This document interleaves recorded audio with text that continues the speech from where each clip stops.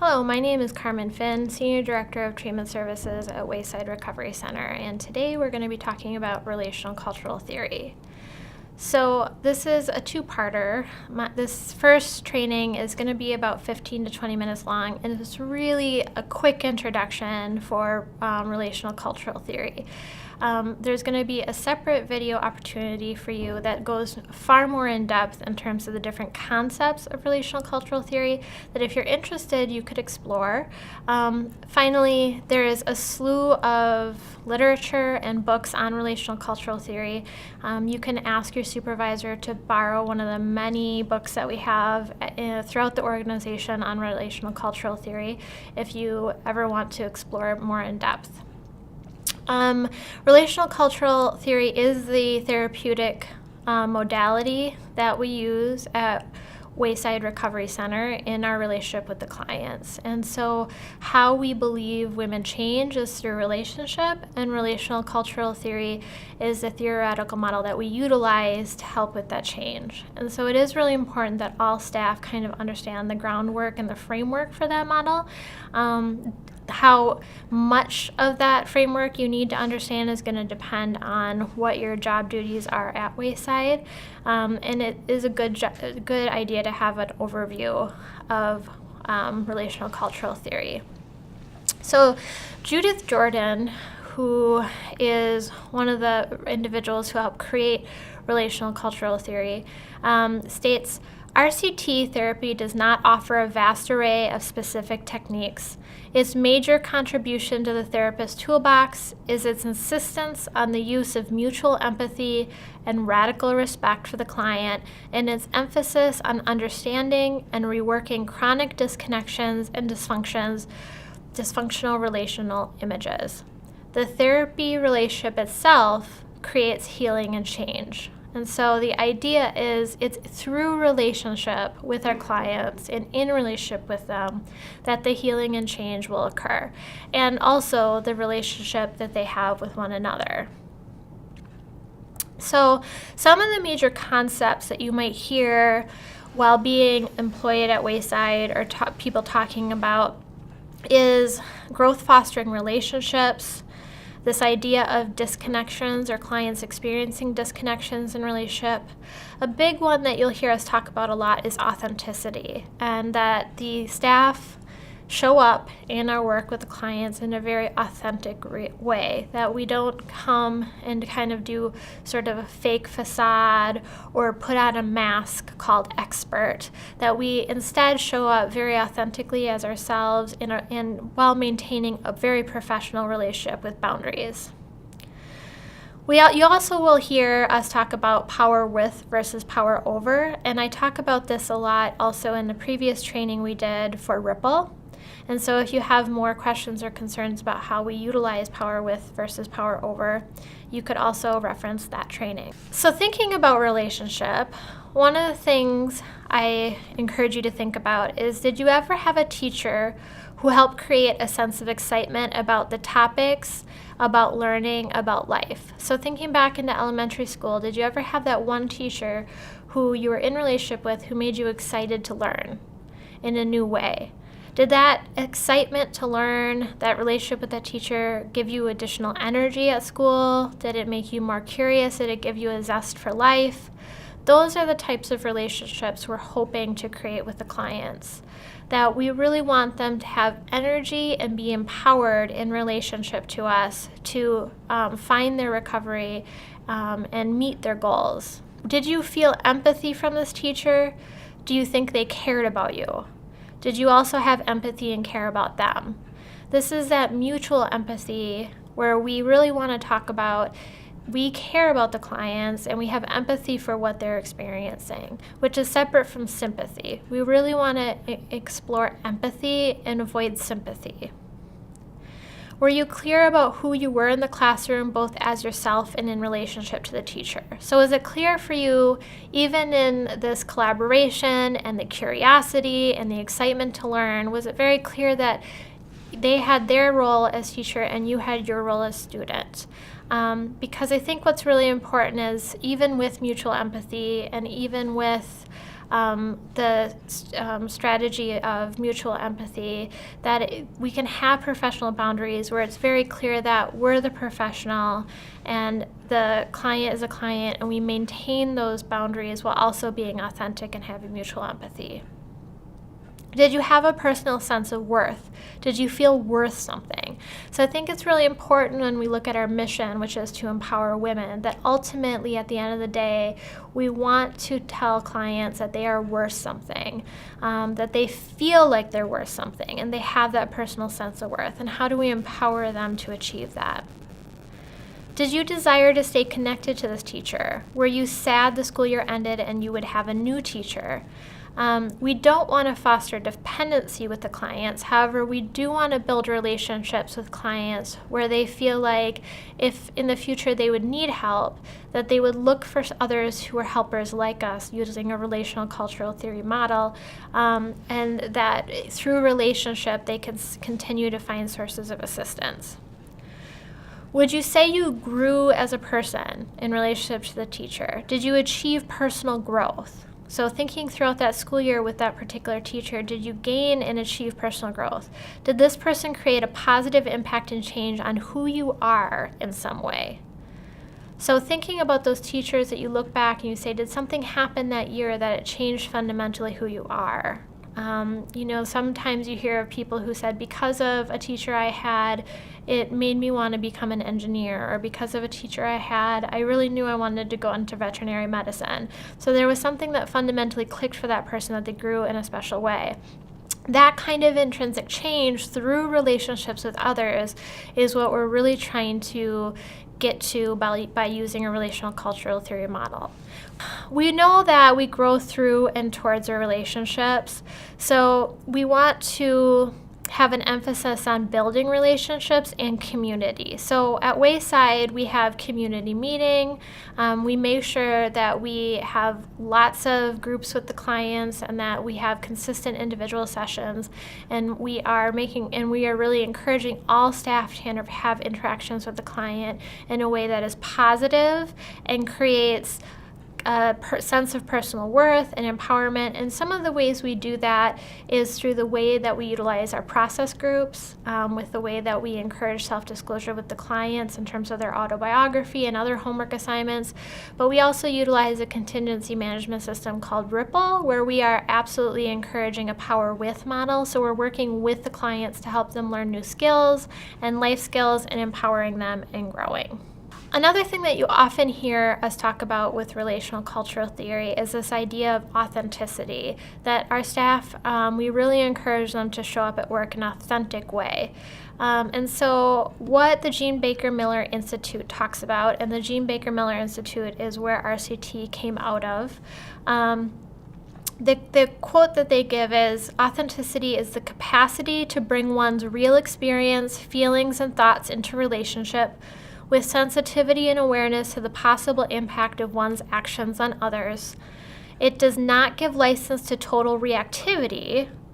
Authenticity does not involve telling the whole truth, but rather sharing the one true thing that will move therapy in some positive way. And so what I really like about this is this isn't about just, for lack of a better phrase, verbally vomiting all over, about how you're feeling every minute of every day as a professional at Wayside. But this is really utilizing your relationship with the client. And if something happens, for example, in relationship with the client, for example, maybe they say something that was really hard to hear, it was hurtful maybe they even called you a name, that coming back around in an authentic way and saying, the other day when you called me this or you said this to me, I want to say that it hurt. And that was hurtful to me, and I wanted to say that, and it's authentic to me. And then using your relationship with the client in that way, because you can give client insight into themselves, and their interaction, not just with you, but with others, and giving them the choice of change. It also allows them to feel trust, that you're not going to show up in, again, for lack of a better phrase, fake, that you're going to be really authentic, and you're also role modeling realness, that even though that we're clinicians and we're having boundaries and we're being professional, that we are also really real human beings that have a spectrum of thoughts, feelings, and emotions. And so we do, again, as I said in a previous training too, do a limited amount of self-disclosure in order to have this level of authenticity. And in the beginning of your work with clients, it's real important to talk with your supervisor about what's appropriate level of self-disclosure in order to get at this level of authenticity with relational cultural theory, and what might be inappropriate level of self-disclosure. And this can be tricky for those maybe who've been working at other agencies, where I know some agencies have very firm no self-disclosure rules, and because at Wayside we really want a level of authenticity with the staff, which includes the use of relational cultural theory, there is some self-disclosure, although minimal self-disclosure, that we do in order to benefit the client. And so this also includes us being really authentic and real in the moment in a way that we're not being reactive, and we're still doing things in a way that benefits the clients. Another thing that you might often hear us talk about because we utilize relational cultural theory is this idea of disconnections. RCT, relational cultural theory, sees disconnection as normative in relationships. So we develop strategies of disconnections to avoid isolation. However, paradoxically, they contribute to our sense of isolation and being unseen. We oftentimes will see this show up where clients might say or do things that hurt us, and their attempt is to try to disconnect, and they have these strategies of disconnection. So you might see things or behaviors that might feel like it's pushing you away from the client, and that's a very real thing, and also very normative in relationships. We all do it. We all have strategies of disconnection. And so if we're seeing it through that lens, we can have more compassion for what we're seeing happening or what clients are saying towards us. The trick is to understand that there's a paradox with pushing us away, and the fact that it leads to isolation and clients feeling unseen. And we really, again, want to make clients feel like they're seen, that we hear them, that we're validating their experience, and that they're worth something, and that we value being in relationship with them while we all work on the mutual goal in fighting this disease of addiction. And so if we recognize that disconnections and the repair of disconnections is really helpful in terms of the healing that's done, we have that lens when we're working with clients, it can be really helpful in terms of building that mutual empathy. So here are some things to really recognize and understand about RCT, just as a really, really big overview. The therapeutic relationship in RCT is not an ordinary social relationship. So again, you don't just disclose everything, and the things that you are being authentic around isn't in service to you. It's really about that authenticity and mutual empathy is in service to the client's healing. We do need to consider ethical and legal considerations that guide the work. And so if you haven't already, I encourage you to look at our training on boundaries. Clinician holds the responsibility for the well-being of the client. If you're a new RCT clinician, you will need close supervision. So if you're a new RCT clinician, you will need close supervision. Judith Jordan thinks we're in an isolation crisis, which is a chronic state of disconnection, and that we are yearning for connection, which then has led to this social media thing. This is really a very, very, very brief interview of RCT, and a lot of the concepts and a lot of things I just probably said may be making your head swim, and that's why I really encourage you to dive in this if you have more interest, or if you're unsure how this applies to your work, that you talk to your supervisor, and you also watch your colleagues who can role model some of these things for you. Other RCT areas of interest include culture, social justice, neurobiology, research, supervision, and RCT organizations. And so if any of those things also interest you, I would pick up an RCT book and learn more about it. Wayside and RCT, some things that are really important about level of mutual empathy and authenticity is that we apologize when we are wrong. So if It's really important to recognize that we make mistakes as well, and that if that happens, that we apologize and we're authentic about it, and we let the client know that a mistake occurred, and we also let our supervisor know and seek consultation. We work through our own defensiveness. So as human beings, again, we all have our own strategies of disconnection, and we all might have varying degrees of defensiveness. It's very important that when you experience defensiveness happening at work, that you let your supervisor know and you seek strategies to work through that. We are open to examining our own limitations. We all have limitations. We all have areas that we need to professionally grow in. We all have areas that some of our colleagues seem to excel at more than we do. And what's really important is that as you gain experience at work, that you recognize where those limitations are and you seek more supervision, more continued education, and you continue to work on those things while also being authentic with both clients and your colleagues about where those limitations lie. Working with mutual empathy, the clinician allows clients to see their impact. So again, when I reference that example of saying, I was hurt, when you said that we are using mutual empathy to allow the client to see how they also impact us, but we need to make sure that we do that in a way where it's not self-serving. So we're not saying these things so that we get something out of it or we heal, that we're making sure that this is done in the best interest of the client, that they're able to see the impact they have on relationship with others. Community, connection, and relationships are at the core of everything that we do. And so we want to make sure that we're doing things that don't relationship rupture. So that's another reason why our contingency management system is a positive reward system, because we know that punishment, consequences, negative reinforcement ruptures relationship. Relationship, client and staff, client and client, staff and staff, is what we use to heal. Once there's a relationship, there is enough trust to do the hard work.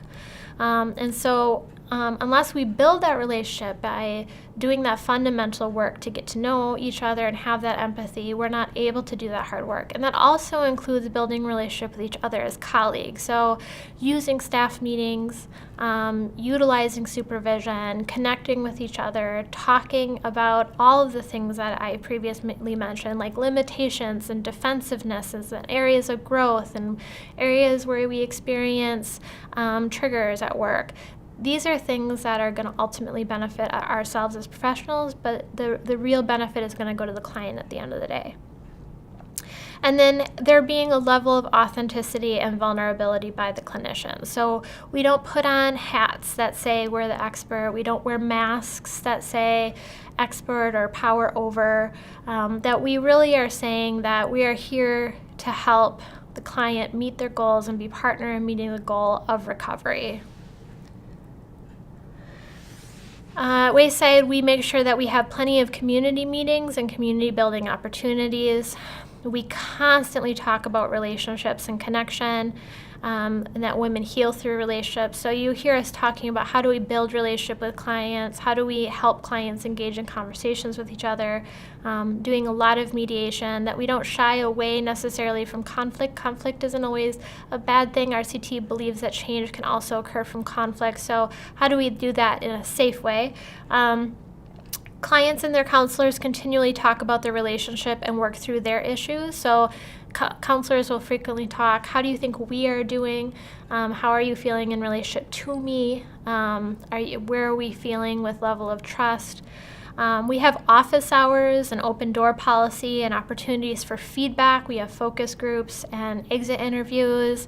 And we want to give clients the message that what they have to say is important and that we see them, and there's plenty of opportunities for them to be seen and heard. Clients have lots of mediations and opportunities to grow through and towards relationships, so we want to make sure that we do mediations as needed between clients and clients, staff and clients. Staff are encouraged to do what we ask our clients to do, so supervision is a place to discuss relationship issues. However, the work is done relationally and individually. And RCT is in the heart and center of everything that we do as an organization. And so, again, that's why it's really important that you have this preliminary training with just sort of an understanding of some key concepts. So the other piece of this, we have the relational concept that I spent time on, but then we have the cultural piece. And so we really want to make sure that we're honoring the authentic person that comes to us, including being culturally responsive, which means that each staff is responsible for having a large level of cultural competency. So if there are areas with cultural competency you do need additional training on, it's very important that you let your supervisor know. That might be one of those areas that you know of for yourself that is a limitation, and so you would probably want to just write that down right now so you don't forget, and talk to your supervisor about getting more training on cultural competency in your work and how you that will show up.